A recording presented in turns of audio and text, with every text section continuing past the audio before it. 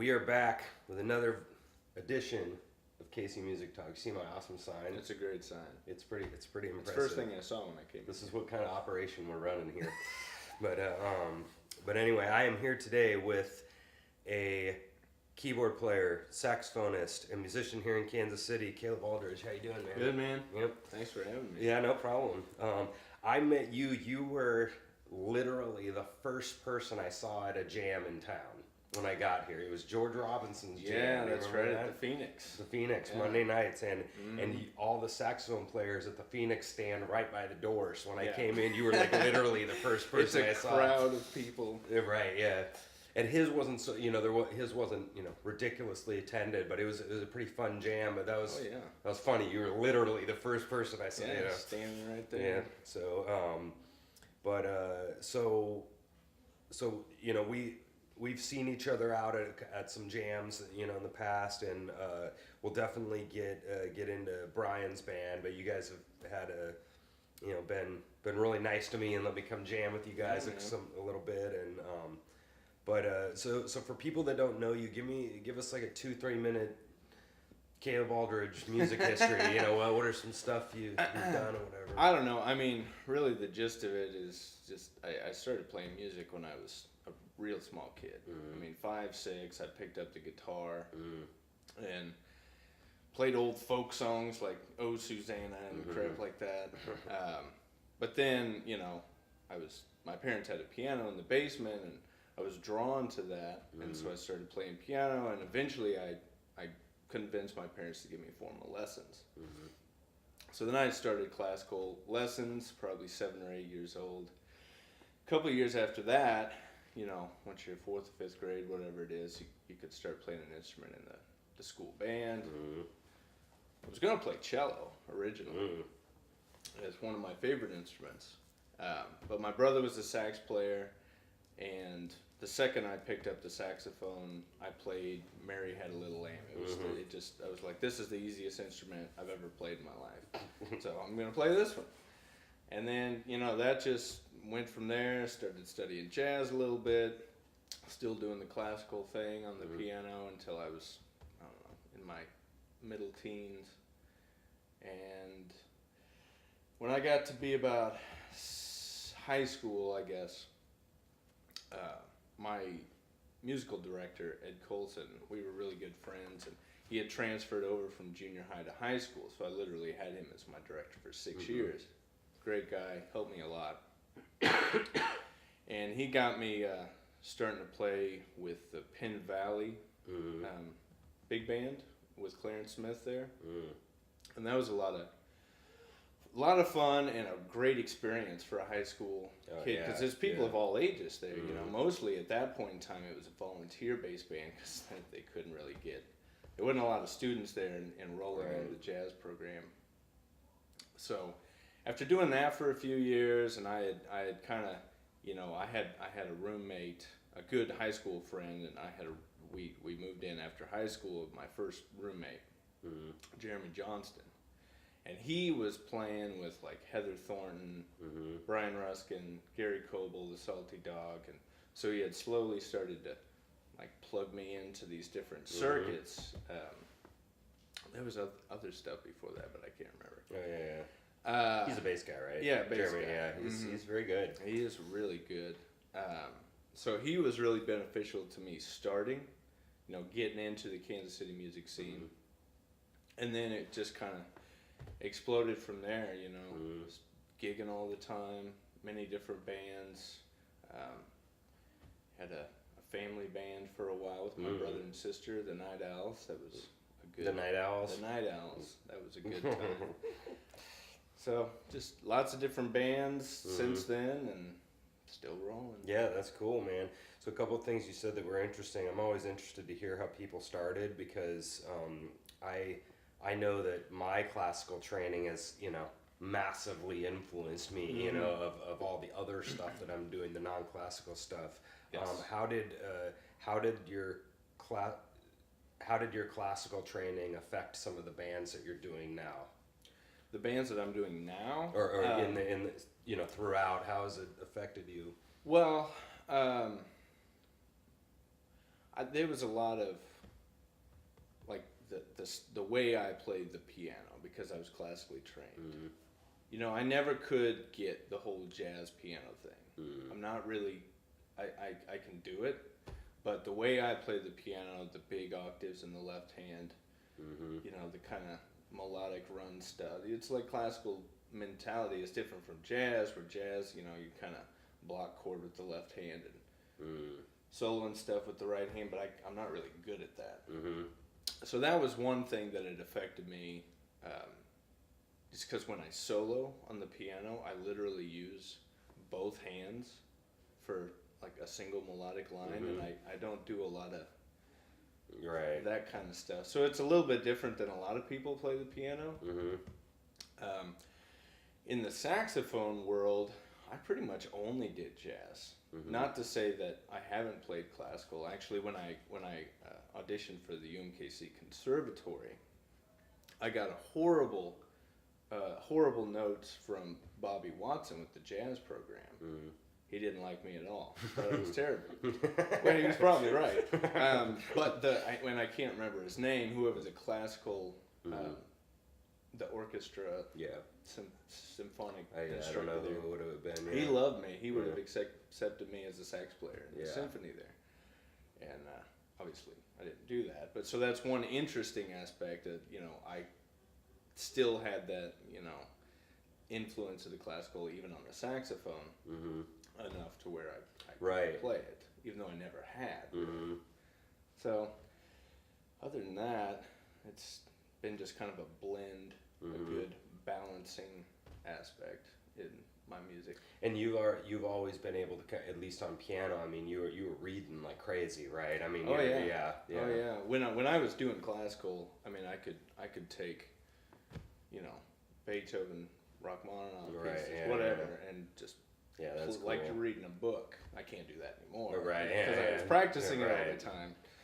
But yeah, it definitely really helped with reading. Yeah, that's cool. I know that for me, the playing of all these other genres or whatever, I can tell that when I'm listening to, or when in the middle of me playing, I can tell that my classical mentality comes out, not even how I'm playing, but just the idea of listening for dynamics, and definitely the one that's been really actually a problem for me is that in orchestra we're so used to blending, and I have that mentality probably to my detriment sometimes when I'm like kind of the solo instrument in a band, when I need to kind of just, you know, give it to them, I can tell that I'm still, you know, like it's not that I don't have courage to do it, but I always have this blending mentality that we're all one, you know, and that's a good thing. I know that's a good thing, but sometimes because of my classical, that kind of holds me back sometimes. Well, but I think that's a good thing. I've had similar experiences. You know, it's good to be a dynamic musician and a balance in the band. There's a lot of players that just kind of take their role as, you know, this is the lead, or this is the forefront of the band, so, you know, I may be the head of the band, the lead sax player, whatever, so that's all that matters, instead of blending it with the band and being dynamic. There's been a lot of times in bands in the past where I often try to blend too much, and, you know, people complain, oh, we can't hear you, and you know, you need to turn that mic up and play louder and get out. And I'm like, but where I'm standing, like, I have to hear the balance, the band, everything that's going on. Yeah, and that annoys me when those people come up to me and they, you know, I've had this to other violin players. They're like, dude, you need to play, like when I'm comping with the whole night. They're like, you need, because I'll, you know, literally sit there when it's not my solo, you know, right? Sure. All the jazz guys do that. The saxophone players stand and they're letting the other people come out, and and so I kind of look at them and, you know, I'll be like, well, I'm actually trying to have a high music IQ. I don't want to be, you know, I don't want to be playing over, and you can see their faces just kind of like, well, you know, like, and they're like, well, you still need to come out, you know, and I'm like, yeah, that's right, you know, like you're not that other person isn't really considering it from how I'm looking at it, and they're just like, well, you just need to take over and like. Which is good, you know, but I think there's time and place, and I think that you're totally right in that there are, you know, lots of circumstances, especially when somebody else has taken their turn in a solo or, you know, playing the lead melody and stuff like that. Or singing, exactly. Yeah. Where, I mean, there's nothing wrong with just completely backing off and letting, you know, the flow of the music change a little bit. Because, you know, there's bands where it's just 4 people and they're just all playing all the time, and it just kind of drones on and it can get stale. Right. You know, it's just the same sound going on and on and on.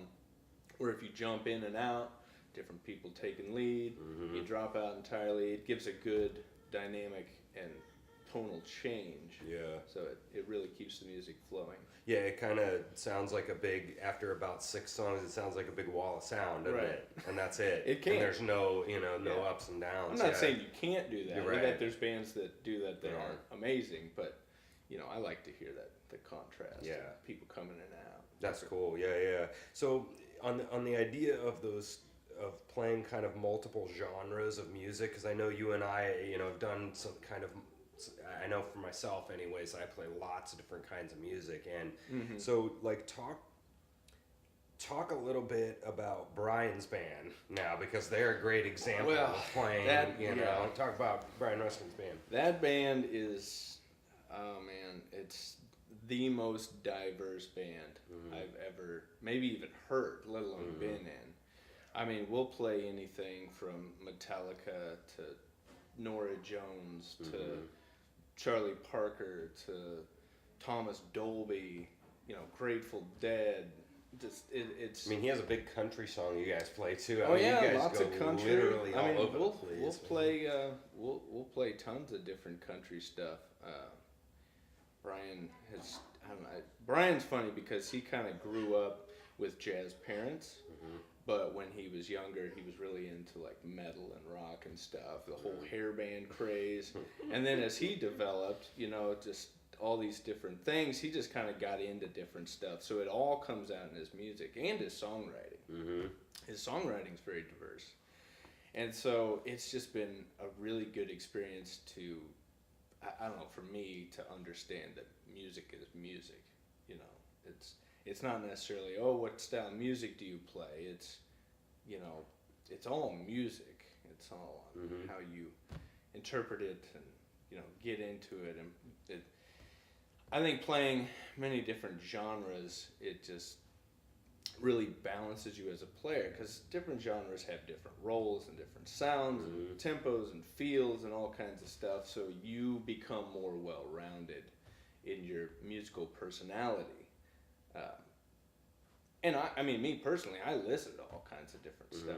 Yeah, I do too. I mean, I'm huge into like Radiohead and Neil Young and just whatever. Yeah. It's all good.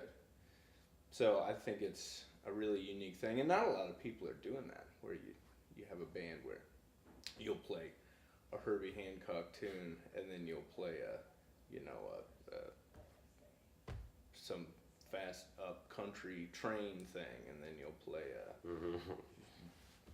a metal song that you've kind of morphed into your own style and stuff. Like, what's cool with Brian is he'll take things like the Five Bird song we do, where it's Take Five kind of blended with Freebird, and it's this hybrid thing, like a mashup. In 13? No, well. Take 5 in 7. We've done stuff like right? We have done stuff like that. And so that, I don't know, to me it just, it going back to the whole balance thing, it's really good to have different influences and abilities. For me, anyways. Oh, yeah. Personally. Like, I think when people come see you guys, they sort of know what they're getting now. They know what they're getting into. Like, because that was the problem with our band, with my band that I ran, is I felt similar to Brian's band in the way that we were trying to be very eclectic with our music choices. But I think at the beginning, we'd go into different bars and they'd be like, well, you guys are not really jazz, you know, right. so good, but sorry. And then we'd go into a rock bar, and they'd be like, well, you guys aren't rock, Right. and You guys are jazz. you guys are jazz, and Right. so so it was a weird thing. But I think now that people have seen you guys, like they know what they're getting into a little bit. That they're Right. gonna hear a Metallica song, and then they're also gonna hear a jazz standard, and then they're also Right. gonna and Well, and that's why, with the Ruskin Quartet especially, it's hard to play places like, say, the Green Lady Lounge or the Blue Room that expect that straight ahead standard jazz all the time. But places like the Phoenix or the Jazz or a bunch of different places around, they kind of like how it flows in and out of different stuff, and it gives a little something for everybody. So you're in a mix of people at a bar. Some people might like the jazz stuff. Some people might like the, more poppy stuff. Some people might like the funk or the blues part of it. Yeah, I think that's right, because those example of the clubs that you just mentioned, they're stuffy is a really bad word. That's not exactly what I mean, but it's more suit and tie, Green Lady and Blue Room, and then Jazz and Phoenix are much more, and rough and tumble is not even really what I mean either. Like there's any fights at those places or anything, it's not like that. But it's eclectic, very diverse audience. Right. Kind of demands a very diverse band. Oh yeah. Suit everybody's musical. And even somebody like Lonnie McFadden, he's pretty diverse. He'll do a lot of pop tunes. He'll do jazz stuff, and then what's the other guy that plays on Saturdays?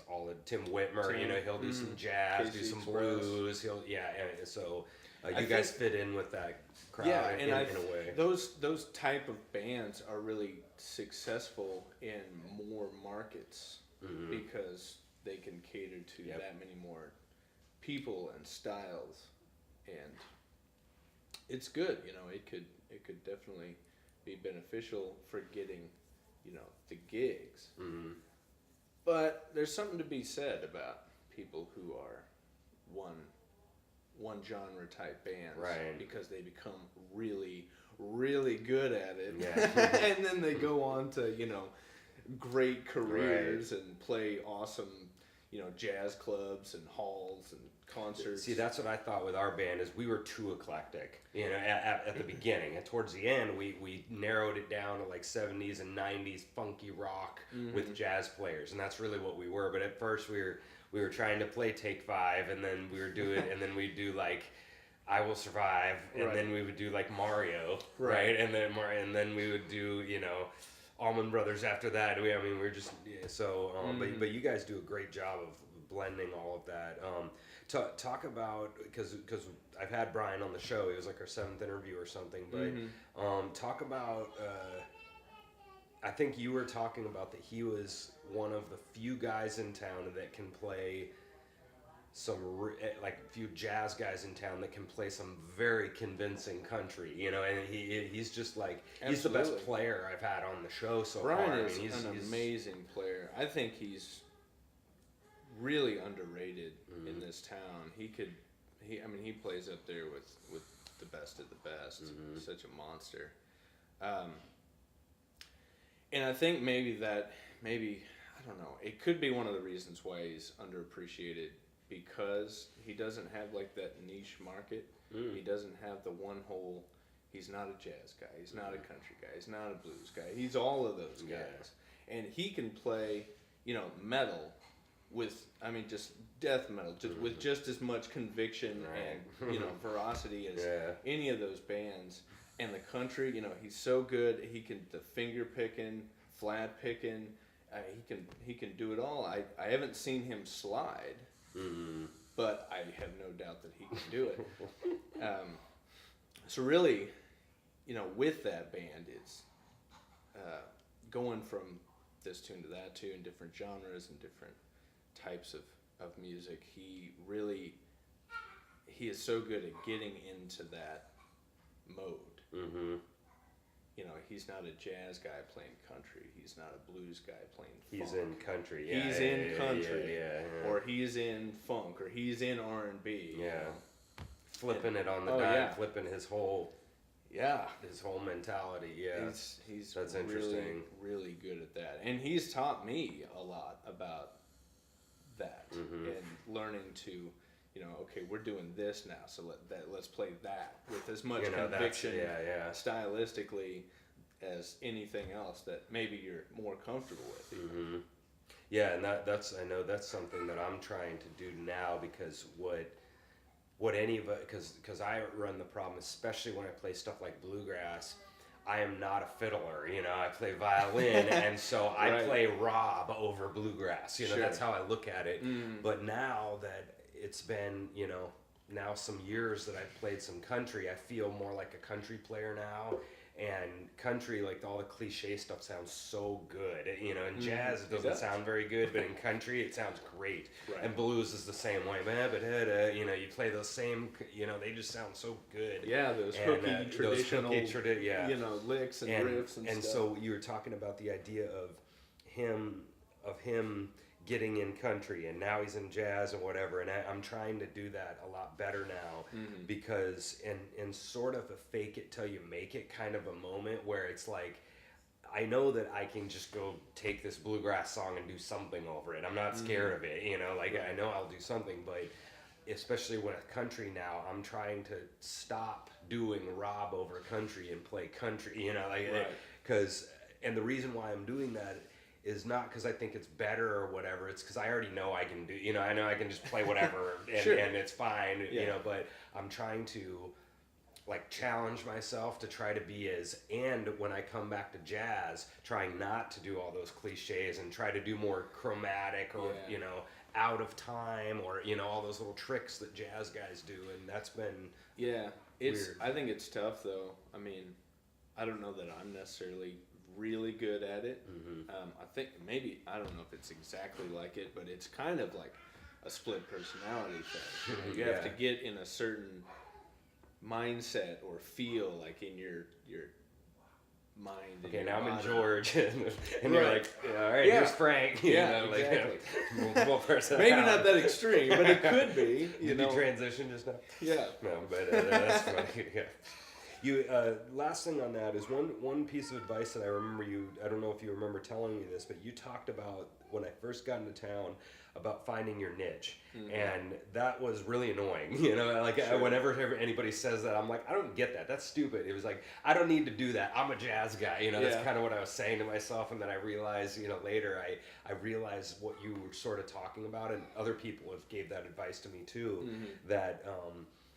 That was the time where I was like, all right, I'm going to be this jazz guy, and then I realized that, like, what I'm really good at is going and playing, like, a full blues show where you're shuffle, funk, slow, shuffle, funk, and or a country song, a country gig where you're doing, a lot of old school type country, and I've realized now that that's what I'm actually pretty good at. The jazz stuff I need to keep working on, but I thought that was annoying when you said that, because I'm like, I don't need to pick my niche. I don't need to find it. I've already found it. Well, no, you haven't, so. Well, I think it's funny that you bring that up, because I think it's kind of contradictory to what we were just talking about with being very diverse and, open with stylings and stuff. Whereas I think both can be beneficial, because if you're really good, or if you're good enough at all these different types of playing, you can certainly play shows with all of that involved, and there are places for that. But if you want to play more, because there's blues clubs, there's country clubs, there's funk bars, there's salsa dancing clubs, there's jazz clubs, and if you're really good at any of those styles, finding the place where you fit in the best could be one of those niche markets. Not necessarily always being so eclectic. You can certainly still do that, and I think it's really good for any musician to be able to do as much as possible. But I think I think I remember us talking at that time, and we weren't. I think we weren't necessarily talking about like talent wise. I think we were talking about finding gigs. That's a little bit two different conversations. That's what I mean. I think you could get more gigs, because people would know what to expect. They would know that, okay, we're going to this blues club or this blues jam or whatever, and the house band is a blues band. We're gonna do blues all night, shuffles and all that kind of stuff. And there's you can get a lot of gigs. You mean shuffle, slow, and funk, and then that's it? Shuffle, slow, and funk. Slow waltz blues. But also, like, I mean, I guess getting a name in town in regards to like getting sub gigs and stuff, where that's I think what we were talking about at the time, and getting the musicians to know you a little better, and they know a little bit, like they know better than the public in some ways, and I think sometimes the public knows better than musicians in a weird way. Yeah. In the sense of like it's give and take. In the sense of like who's good on stage. There's two different angles at that. There's the musicians go, oh my God, this dude is a monster. The audience has no idea how good this guy is. But just what I think of when I play with Brian. Yes, and then people have no idea what this guy just did.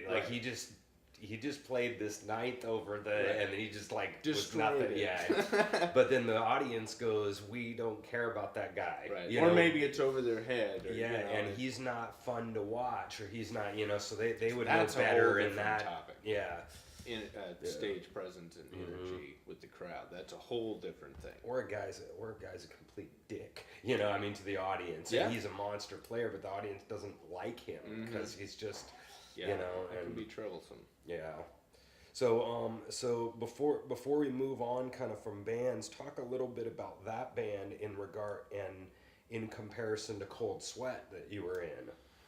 Okay, well, the Cold Sweat band was one of my first bands. I was in that band before I joined Brian, probably a year or two. I think I was maybe 18. Yeah, wow. I mean, I was young. Yeah. I think I was still in high school when I joined Cold Sweat, and that was a full-time band. Show up at high school, you're like, all right, ladies, I'm a fan. Right? I went out to this blues club. Yeah, I'm going to see my shows. Yeah. It was a really good experience at first, the Cold Sweat band, and what it was like a 70s classics cover band. It wasn't necessarily one style, but it was a lot of 70s covers. We did Eric Clapton and Peter Tosh and Taj Mahal, and just a slightly eclectic group of covers, and it was strictly a cover band, no originals whatsoever. And you played keyboard in that a lot. I did not start playing keyboard. I started just as a sax player, and I think it was 2 years in that he discovered that I could also play piano. He's like, oh, well, we can really cash this out. Yeah. And so I bought a keyboard, and he's like, throw that saxophone away. I'm just kidding. Not that you were bad, but he's like, we don't want saxophone in this band. Yeah, I mean, he really wanted kind of a half and half thing. Yeah, that's cool. And which I think was really good because it, as I was talking about earlier, it breaks up the sound of the band. It's not always the sax player all the time. It's not always the guitar and the keyboard. It's same sax solo. Right, exactly. So the formula changes, the instrumentation changes, and it was really good for me in that aspect. It was the first band I was ever a multi-instrumentalist in. I had never done that before. So one thing that was bad about it was loading twice as much crap to the gigs, But you get used to that, and it was fun. And then it really just kind of got to the point. I mean, I was in that band for 10 years. We did every first Friday at the Jazz in Midtown for 10 years. Wow. And it was a really good gig, and it got to the point where we had the same set list. We had 3 sets. Same 3 sets. Yeah. Maybe at the end of the night we'd play a couple different tunes to end on or something, but the set list was pretty much the exact same thing every gig. And Gary, the Salty Dog, the leader of the group, great guitar player. He has so much soul. I mean, he really is kind of a monster. And he had been playing around mid-Missouri forever. Just a great player, great guy, good friend of mine still. He kind of got older, and then he semi-retired, and he just slowed down.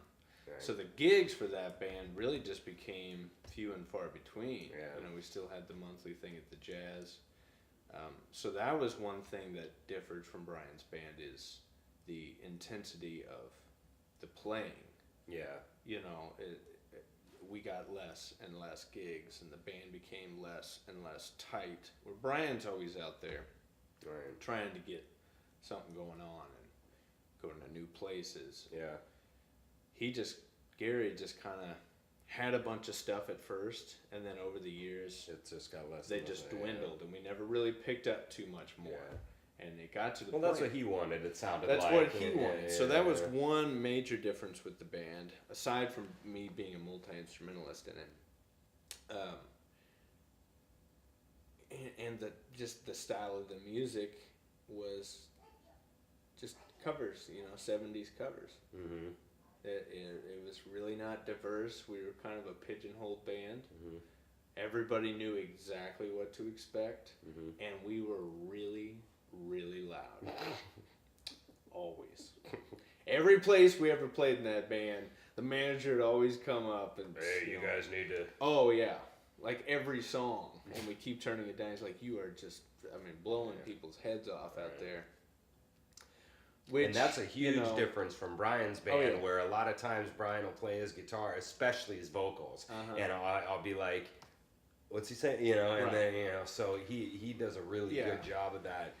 One thing I like about Brian is he is very volume sensitive. Yeah. And I think it encourages dynamics in the band and musicality. Mm-hmm. Whereas the Cold Sweat band, it was just kind of balls to the wall. Right. Let's melt faces. Yeah, strike your face off. Exactly. I love that's always.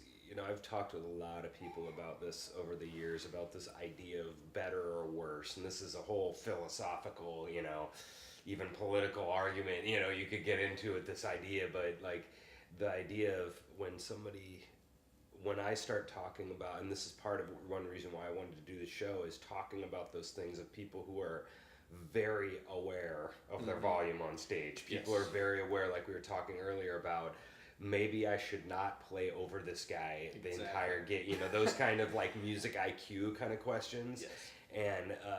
And so that's where you get back to the better or worse argument. And I'm gonna argue pretty hard that this guy over here is a better musician in general because he has that non-cluelessness. He's not clueless about that stuff. Being a musician.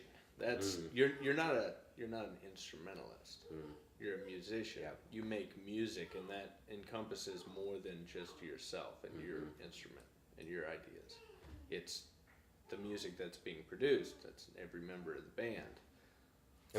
We already talked about this, but that is my opinion of how I've come to this from classical. Like we said, that's why I think has been impacted on me is that you hear all this different kinds of music in classical, and so you kind of mood-wise, you go, oh, that, and you kind of relate it to stuff you've heard, and when you push hard, but when you need to back off, you back off really hard, and like, so that's just interesting when I hear about different people, and they have to be told, every song is turned down, but that's not talking about some other qualities that he had, your buddy had, that other people don't have. We already talked about not wanting to push, like I was saying, critiquing myself about maybe pushing some more sometimes when I should, and well, it's a balance, and it's not always easy to know what that is.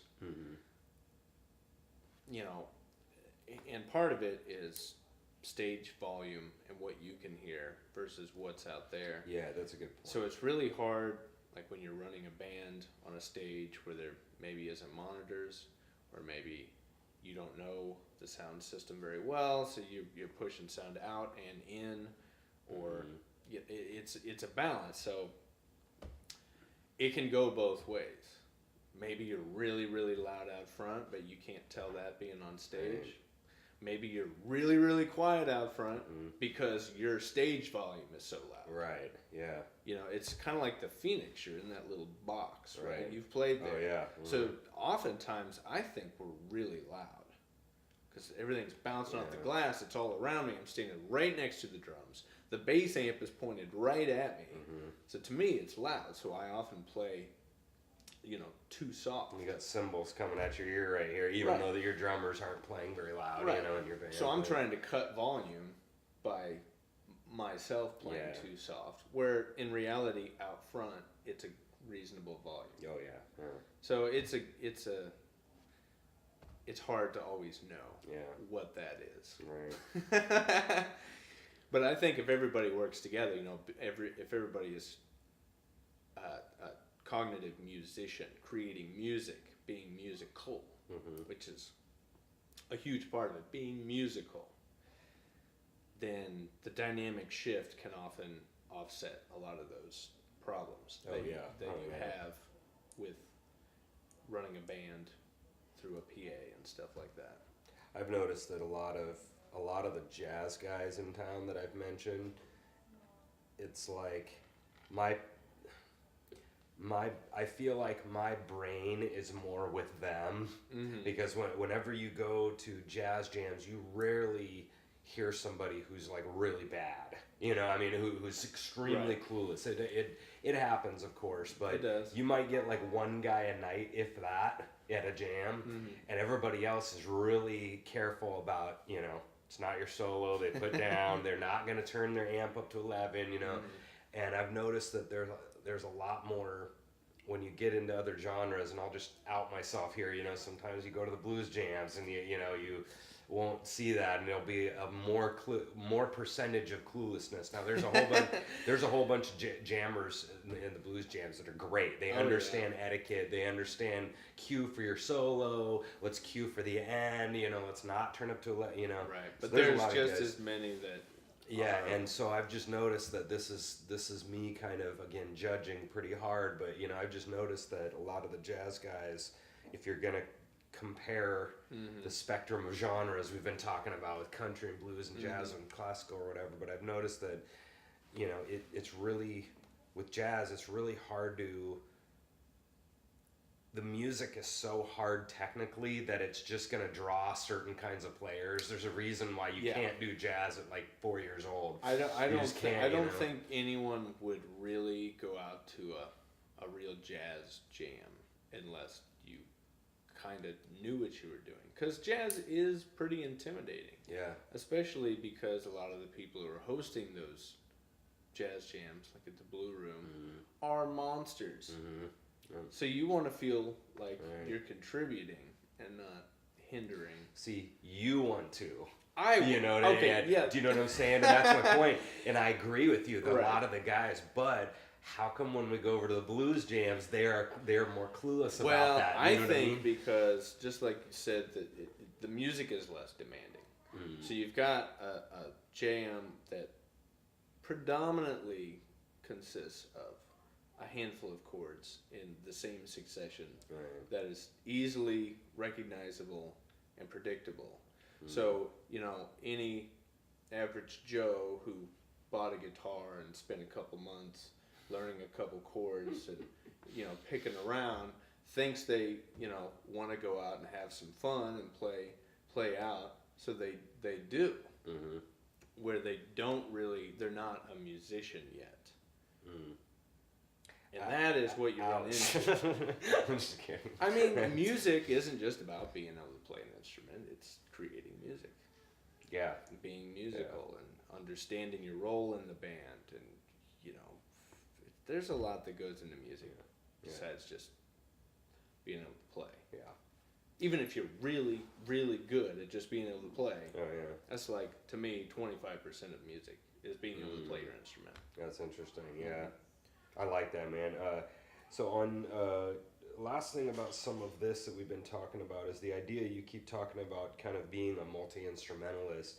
I know for me, since I'm playing so many different genres, one thing that happens to me a lot, and this happened to me right after college, where I dove in to starting to write some albums, and I was playing some rock, and I realized about 3 or 4 years later that I had kind of lost my classical tone, and I was grinding a lot playing rock and going hard at it, and I realized that I'd kind of lost that part of my tone, and a little of my technique was suffering too. I was doing a lot of plucking on, to try to write music, and so I realized finally that I'm like, my sight reading, we talk about sight reading sort of suffering a little bit, so there's all these, when I do all these genres, I was noticing that I had it was like 9 things that I could get asked to do here in the next 10 years or whatever. One is sight read a quartet gig.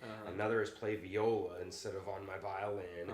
Then improv, then blues, then country, then jazz. And it was, I was realizing I was spread almost too thin a little bit. Sure, okay. Can you talk a little bit about when you're playing for you kind of playing 2 instruments at a high level, like what is your upkeep or whatever? Like how do you handle that of playing 2 instruments? Well, I mean, for me, a lot of it is that I've been playing those 2 instruments for the majority of my life. So the instrumentation part of it is all second nature. I mean, for the most part. There's obviously an infinite amount of things that should be worked on at any given moment. But you got to I mean, in my mind, I like to play what I like to play. And it could vary. We're talking about all different styles of music, but it really is that part of a unique personality and a unique musical sound and tone that is derived from the way you play your instrument. So losing some of the finesse of your classical is really just you gaining the technique for other styles of music. You're losing a little bit here, but you're gaining more there. So it's not like you're becoming worse at anything. You're just branching out, and I understand that. This is not a glass half full kind of show, okay? It's just need to stop with all that. I mean, okay. I'm just kidding. No, I'm just kidding. So I mean, you were saying you felt like maybe you were spread too thin, but once you get, you found all the things that you like. You know what you like playing. You're learning how to play them, and then it's just like building blocks on all these different towers, and you can work on all the different kind of stuff. It's like when I was doing classical piano for years and years, that's all I did on the piano for 10 years.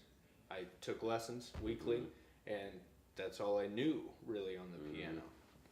And then I quit taking lessons, and instantly it's like I was branching out and losing my classical touch and my sight reading. My sight reading didn't suffer till later, like after I was out of school and stuff, but it's certainly not very good now. But so losing some of those things that you had once practiced or been comfortable and felt was part of your musical identity, I don't think there's anything wrong with that. Yeah, I like being able to ebb and flow and change and grow in different ways, whatever way is happening right now. It's like the power of now sort of thing. You're doing what you're doing now, and that is not what you were doing before. So you're still growing, just maybe in different ways. And for me, what that has to do with being a multi-instrumentalist is, I mean, I can relate different things to my instrument. The saxophone is a one-note instrument, single line structure only. Where the piano is an orchestra. You could play 10 or more notes at once if you really wanted to. And, you can play 3 sections. So one thing piano has done for me, especially since I've kind of come into my own and developed my own sort of style and sound on the piano, is being able to relate that to what I'm doing on the saxophone quarterly. Because I can think of different things. Like if I think like I'm playing the piano, but I'm playing the saxophone, it gives me a whole different feel and vice versa. Right. You know, if I'm taking a solo on the piano and I'm thinking like, what would I do if I was playing the horn or something? Mm-hmm. It can bring on a whole nother thing. But I don't think any of that takes away from my bass knowledge. Yeah, that's a good point, man. I like that because I was joking, that, all I want is bitching on the show. That's all that I want. Right. There's no being optimistic, But that's a good point, man, because I'm looking at that as all the things that I don't have instead of realizing that even though this is slacking, I'm still gaining. The reason why it's slacking is not just because of zero effort ever. It's because I'm putting more effort. You're putting focus and intensity on different aspects of music and your musicianship, and I think that's cool to be able to grow and evolve. I mean, it's an evolution. Yeah. Sure, it'd be optimal to, once you have learned something and become really proficient at it, to never forget it. You're right. Like it was all riding a bike, but no, how it works. Yeah. It it's a balance thing. Yeah. I'm not to say that anything you haven't learned previously still can't influence what you're doing. Oh, right, yeah. You always have that knowledge, that background. Maybe your muscle memory, your actual physical technique of it has dwindled slightly, but that's it. Right. You still know how to do it, and you could do it if you focus on it, but you're not. Yeah. Because you're doing other stuff. So it's, I don't think there's anything wrong with that. Yeah, that's cool. All right, so a couple more for you here. So you were talking a little bit about when you go over to the piano, kind of the different styles of playing. You were talking about kind of being a more octave kind of player with the left, and then can you talk a little bit about either piano or saxophone about?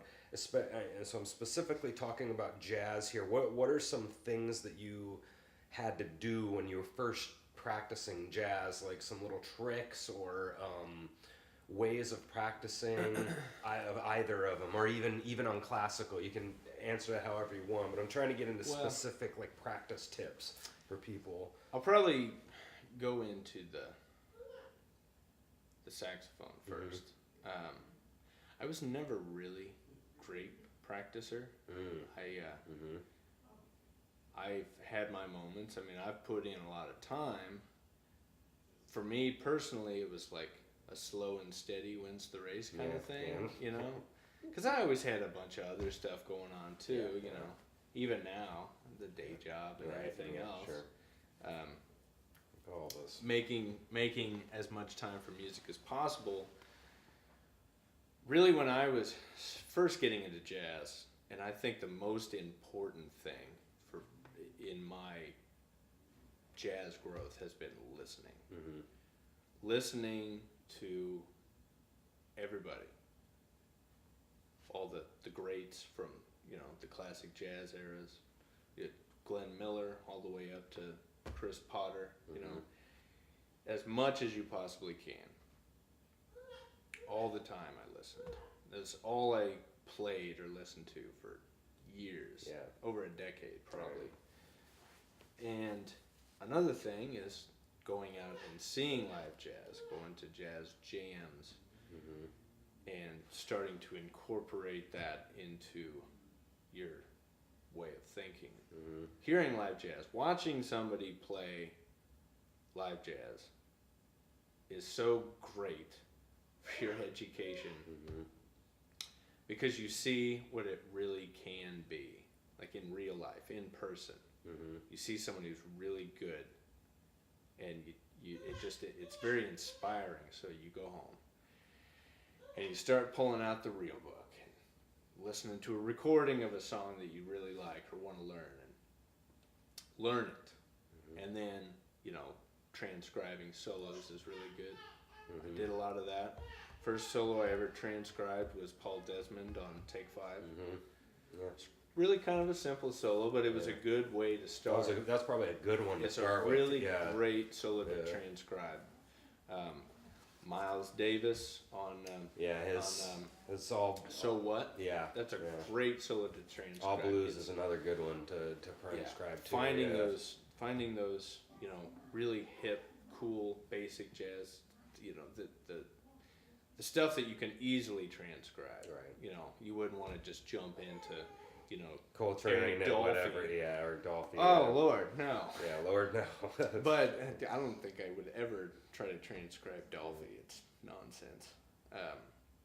But aside from transcription and just listening a ton, yeah, I did a fair amount of practicing scales and arpeggios and turnarounds. And I never was one of those guys, as you kind of mentioned earlier, doing the whole 12 key thing.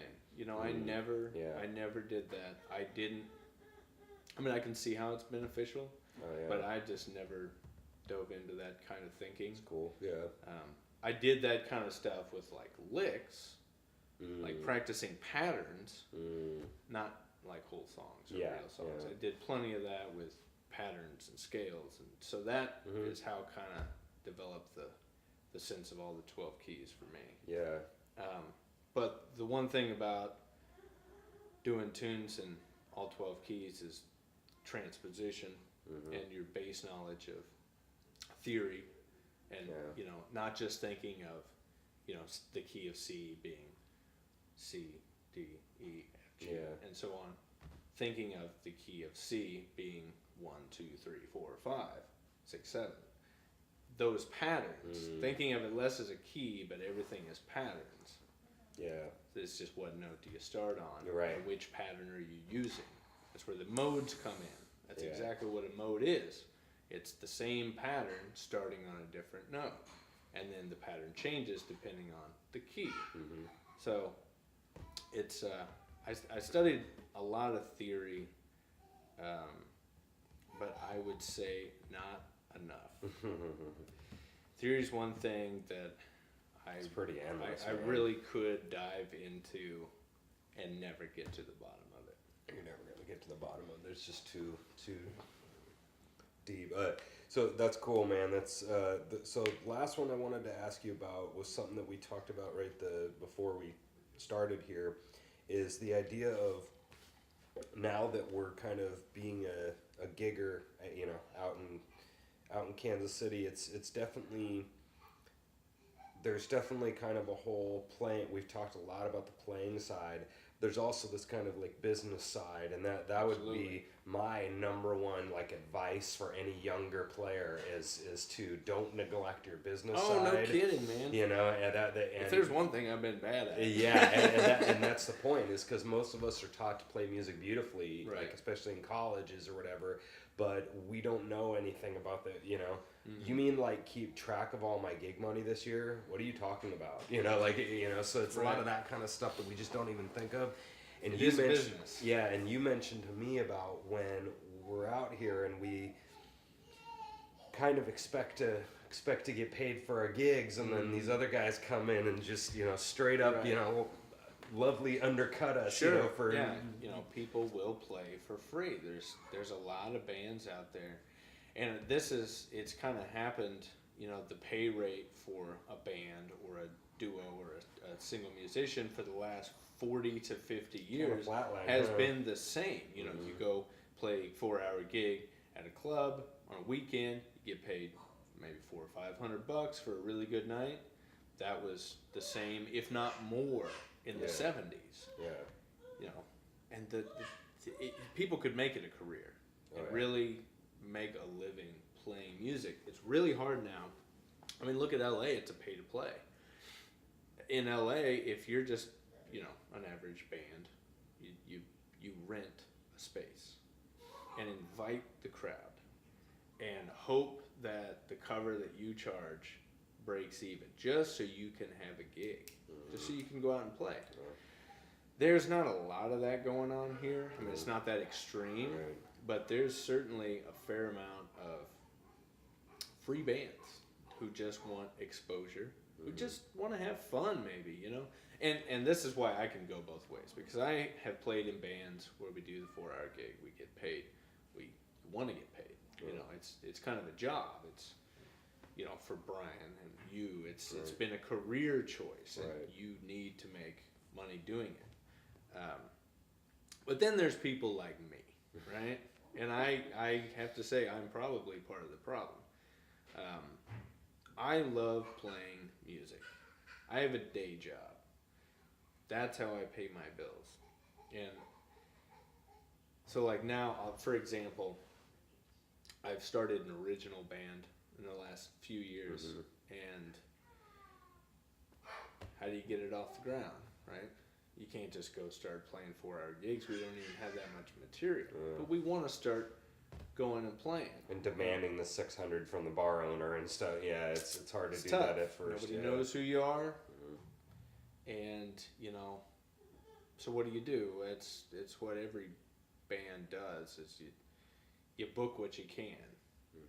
If it's a free gig, like doing a First Friday thing down in the Crossroads, you're not playing, nobody's paying you. You might make some tip money, but nobody has to foot the bill for the band to be there. Yeah. Which really makes the career musician suffer. Right. And I can go both ways, like I was saying, because I do both. I make money for the last 15 years playing music, but I've also done the other thing where I'll go play with my family band, with my brother and sister, and we'll go play a show for $25 or whatever, just because we love to get together and play music, and we want to share that. You can't, I can't expect to always get paid to play music.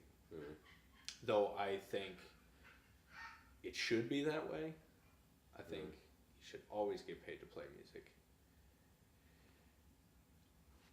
It's just not always realistic. Yeah. I like that this is one of the big questions that I've wanted to do this show about, is the idea of hearing both sides of this argument. And I've said this on the show before, that when I was running my band, I was 100% on the side of musicians. I'm like, man, these crappy owners, dude, they suck. They're so greedy, And then once I kind of started my band, I was like, oh, there's like 4 people in this place right now. Right. In this bar. And I'm like, oh, okay, so he's going to, and then I started rolling it through my head. Okay, he's going to drop 500 on this band tonight, but he made like 80.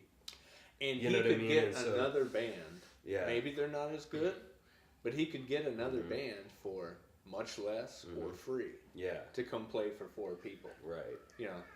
And that's much more, at least for that night, that is more advantageous for him. Exactly. Over a long haul, there's another thing that you could do. You could pull a BB's Lawn-Side Barbecue or the Phoenix, or the Green Lady, where you have this consistent great bands. You drop them the 300 to 600 or whatever, but your place is full up. So it's different when the establishment is doing well enough. Yeah. But there are places out there, and especially it's like almost a style thing too. You look at a lot of the independent underground bands, namely, experimental, electronic, grunge, rock. A lot of rock bands. There's just not enough of a market, or there's a market for it, but it's not a money-making market for the establishments. Yeah. Probably because those bands, since the beginning of time, have been playing for free. Where jazz cats, it's hard. There's not a lot of free jazz gigs. If you're going to play jazz somewhere, you're going to get paid. Right. So part of it may be that. And they've kind of established a culture here, at least in this town, that you're going to get your $50 to $100 a gig like every time. And, you should. Yeah. But they're doing 4-hour shows too. They're not doing these 45-minute where you got 4 bands. You're doing your 30 to 45-minute set. There's actually events that go on where there'll be 10 groups. And it's like you have 15 minutes maybe. Wow. Yeah. 20 minutes. You play a couple songs and you're off. And there's nobody making any money. Sure. But people still want to play. Right. Even if you aren't in a position to where you can play a paying gig, if nobody will hire you, you still want to play music. You're not just going to give it up. Sure. So that's where I can come from both sides. Yeah. And I believe that I do sit on both sides. Yeah. which is kind of a paradox. I totally vouch for. I mean, I pull for the musician right? Of course.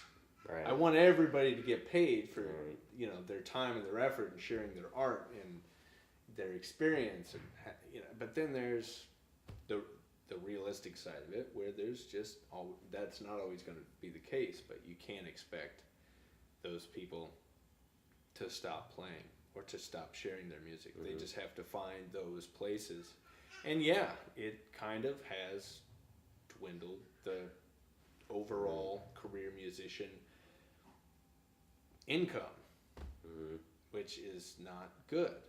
There's a lot of things I think that have affected that. I mean, one is the DUI laws, are getting less people at the bars, the internet, Pandora, iTunes, Spotify. The other one is taking out smoking from the bar. There's a number of different things that have affected bar sales. Yeah. And so, the smoking thing I'm hit and miss on. Yeah, I think it's better that we don't have everybody just chiefing right in your face, even though I'm a smoker, but I just don't think smokers are just not going out anywhere because they can't smoke inside. Yeah, maybe. It's not like once they pass the law, the smokers all just stay home and chain smoke in their house. Yeah. They're still going out and doing stuff. Smokers are going to smoke. But I think your point of the amount of competition that we have now there's all these now we have book clubs, and there's all these different things that we can do in 2017 that they were joking. This guy was joking with me. He was like, we have this nostalgia about the 20s that everybody absolutely loved jazz. He was like, he's like, we have this nostalgia that everybody loved it. He's like, when you see all those pictures, look at that sign right there. It says air conditioning. He was like, he was joking that we have this. He's like, I wonder if they went and that was the only place within a 10-mile radius with air conditioning. And so he said we have this nostalgia of how much people really loved music and they went out all the time, but we didn't have football, there wasn't even basketball yet, there wasn't internet, there wasn't TV, there wasn't all these things, It was cinema. It wasn't the music, almost since the beginning of mankind has been entertainment, storytelling, a huge part of every culture. Which it still is. It's just that there's a lot of it, and especially in this day and age with technology, anyone with a smartphone has every band at the tip of their fingers. So the live music scene has actually suffered a lot because of that. It's become commonplace. It's not a luxury anymore, or a fun thing to go out and see a live band. Not that it's not. Not that it's not a fun thing. People still like to do that, but it's just kind of been dumbed down because music is everywhere and so accessible. Is another part of why the live musician. They didn't have CD players in the teens, so if you wanted to go hear it, you had to go. You either had to have instruments at your house and have people over, or go see it. So hell, in the 70s and 80s, you didn't even have an iPod. Right. You had music, you had records and cassettes and stuff, but you didn't have it in your pocket all the time. So it's just music has become very commonplace, less of a luxury. Yeah, that's a good point, man. Its value has diminished in the social realm from that also. Yeah. Which is kind of sad because I think music is so deeply intertwined with the human experience, being I 100% agree a with living that. human for all of time. Is what was the greatest entertainment for the kings of old? It was the lute player and the jester, and how did people pass down their stories and tales throughout thousands of years? They write songs. Because people can remember songs for some reason. Sticks in our head, and they can just sing it over and over, and everybody learns it. It's just been a huge part of the experience. So not having as much or as valuable of a live experience with music, really, it's kind of sad. Yeah, that sucks. So I got one more for you. Do you? I always like to end each show about talking about a gig story of some kind or funny moment in the music business. And do you got one that you are gonna get the grandkids out and hey, you know, or is it too R-rated for grandkids? No. I've got one story, and I think maybe I've told you this story before, but I just think this story is funny. Mm-hmm. You probably know Jeff Lux. Mm-hmm. He's a great guy out of St. Joe. His son, Bo, is a really great sax player, and they used to do duo shows a lot. But Bo was very busy, and so his dad would call me. It's just kind of a fill-in for different gigs, and I'd go up to St. Joe and gig with him. And we played this one bar that was kind of down in the warehouse district of St. Joe. Mm-hmm. And so there wasn't a lot of people there. It was like a Thursday night or something. Mm-hmm. And, you know, Jeff, he is like the master multi-instrumentalist. Mm-hmm. He brings like 12 instruments to the gig. On this particular gig, it was a duo. Me on sax, Jeff on everything else. But he had a like floppy disk drive backing track machine to play with us, okay? So on the floppies? On a floppy disk. Yeah. At least that's how I remember it. It was something fucking weird. Hey, like 20-year-olds, a floppy disk is a... No, I don't even remember what a floppy disk is.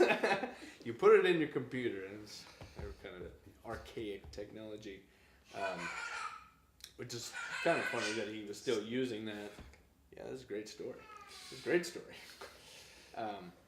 Anyway, so he does a lot of 70s, 80s covers, you know, good old-fashioned rock and classic rock and stuff. So we played